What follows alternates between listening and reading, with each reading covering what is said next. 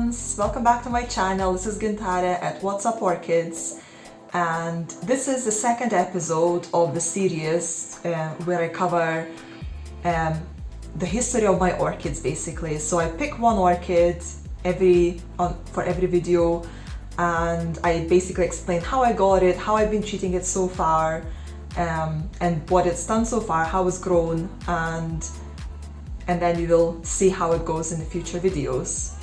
So I'm trying to go in kind of chronological order of how I got them. So I covered my first ever orchid in the last video. This time I will cover my second ever orchid, which is Dendrobium nobile, and it's right here.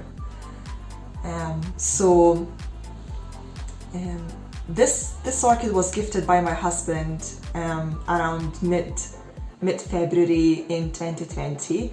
So I had it for almost a year.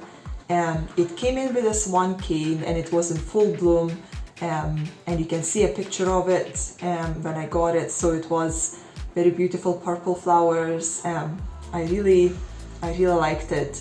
That was at the very start of my orchid journey, and I knew very little about orchids at that point. And when I got this one, because it was different from the Phalaenopsis that I had, it kind of threw me out a little bit. I didn't know what to do. So again, I just jumped into YouTube and started watching videos about how to grow dendrobiums. Do they need different care? How do they grow, So I didn't kill it yet, so that's a good start. So it dropped all the blooms, and then it, when I got it, I noticed actually there were a lot of kind of small, small bits, kind of bases of canes at the base of the orchid, and I counted around 8 or 9. So at the time I didn't know any better, but I have a feeling that maybe some of the canes, they dropped their leaves, and for it to be more attractive to sell, they just cut all the canes off, which I feel so bad about, because obviously these canes were the orchids, like a battery pack, so the energy was stored in those canes, and I think this orchid would be a lot more vigorous if it had all these canes. Unfortunately, they're gone, and nothing I can do about it now except to grow new canes.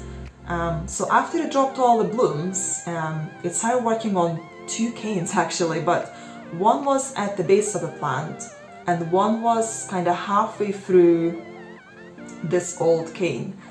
I later learned that it's actually a keiki that is growing, which I've got here. So I think in about May time, it was still quite small. It only had 2 leaves and it was very slim cane, but it had about 8 roots, and I didn't want those roots to kind of fully grow as aerial roots, so I thought I will actually repot it. I will separate from the mother plant and pot it out quite early so it can develop those roots in the media. And this cane just kept growing on. So as you can see, it's quite it's smaller cane than the previous one. So this is the original cane, so it is quite a bit smaller, but obviously it had to get used to my environment and everything else, and I honestly have no idea what it had to go through before it got to my home. So I think it must have gone through quite a lot of stress. It had a very healthy root system, and it's still got loads of roots. I mean, honestly, what is that about? Look at all these roots. It's got like a separate root system below the pot as well. It's just absolutely mental. It's going, round in circles, through the holes, through the top, through the bottom, just wherever you want. The root system is really vigorous, which is good.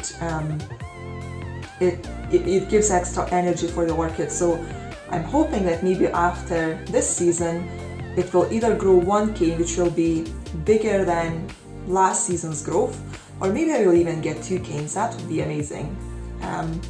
So we are now in January, And this new cane has now got, you know, little nubbins where the buds will start coming out. So I hope it's visible and you can see it.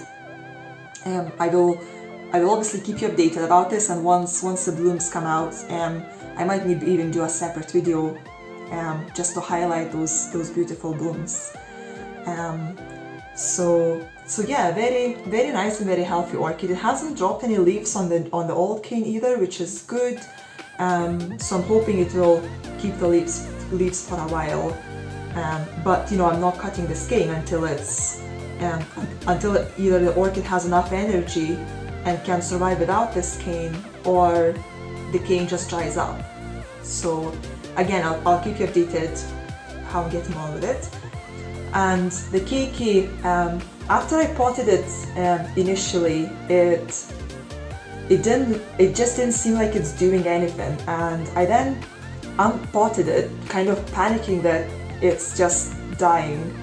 And I found that basically most of the roots that were initially those aerial roots, most of them basically died, which made me panic even more. I didn't really know what to do, but I pulled myself together and I said, you know, I can't transfer it to anything else now, because that will be double stress. It's already trying to adapt itself to this potting media. So if I will move it again to another environment, or you know, another growing method, it will most likely die. So I potted it back up and I thought, you know, if it will need new roots, it will grow new roots, or if it will die, it will die. I mean, you know, it is basically a double orchid. You know, I already got this one and it's nice and healthy. So this is more just an experiment, a little project to see how it's going to do. And it's doing really well. It's got loads of roots as well. If I take you in closer, you can see through the pot, you know, you can actually see some roots. It's also got roots coming out the bottom, and you can see they're also branching a little bit. So yeah, it seems to be doing quite well. It grew another 2 leaves and then it perked up as well. So it's not really doing anything at the moment, unless it's maybe, I think it's still maybe growing some roots. I think I saw some active root tips, but apart from that, it's not really doing much at the moment, but that's fine. It is supposed to have some winter rest, so that's the expected. And that's it for today. I hope you enjoyed the video. If you did, please give it a thumbs up, and subscribe to my channel if you like what you see, and hopefully I'll see you soon. Thank you so much. Bye.